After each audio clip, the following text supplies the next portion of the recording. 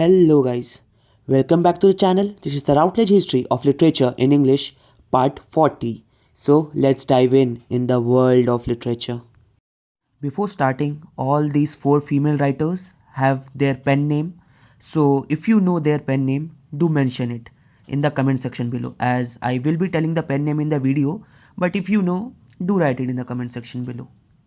Women writers were expected to write the kinds of novel which George Eliot was to condemn in an essay as silly novels by lady novelists. George Eliot, also known as Mary Ann Evans, took a male name partly in order to rise above the silly novels syndrome, but such writers as Elizabeth Gaskell and the Bronte sisters had already made a notable contribution to the flourishing of female writing in mid-century. The Bronte sisters, Charlotte, Emily, and Anne, they adopted pseudonyms as Currer, Alice, and Actonville in order not to draw attention to the fact that they were women. Charlotte Bronte's first novel, Jane Eyre, was published in 1847 to considerable critical acclaim. Like Dickens' David Copperfield, it is a Bildungsroman, a novel of growing up.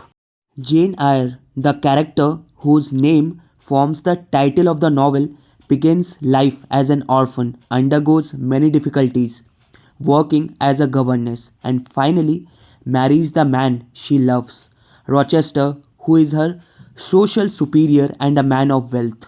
Then she has also written the novel Villette in 1853. Emily Bronte's only novel, Wuthering Heights, was also published in 1847.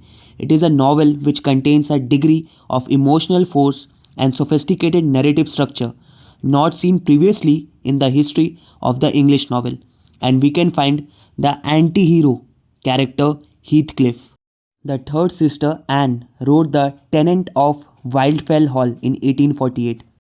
In the novel, Anne Bronte depicts a bitterly unhappy marriage, followed by the departure of the wife Helen Huntingdon and her search for a new freedom.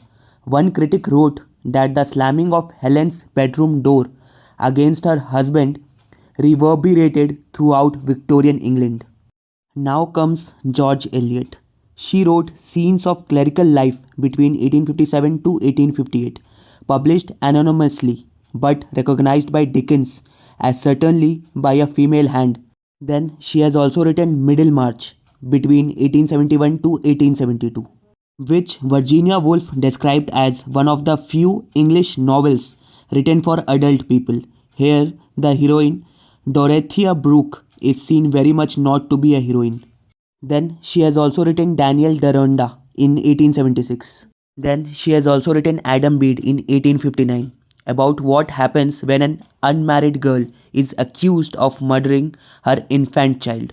Then she has also written Silas Mariner in 1861 about how an orphan child brings humanity to a miserly social outcast.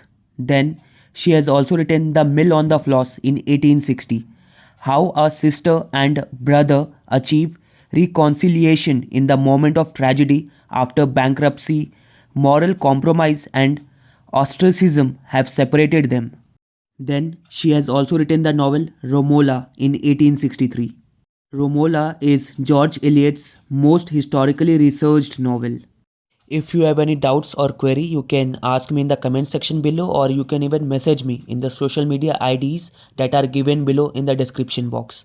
And do share the video to all those who wants to be the part of this literary journey. And don't forget to revise, as exam is very near. So revise as much as possible, okay? So that's all for today's video. Thank you and signing out.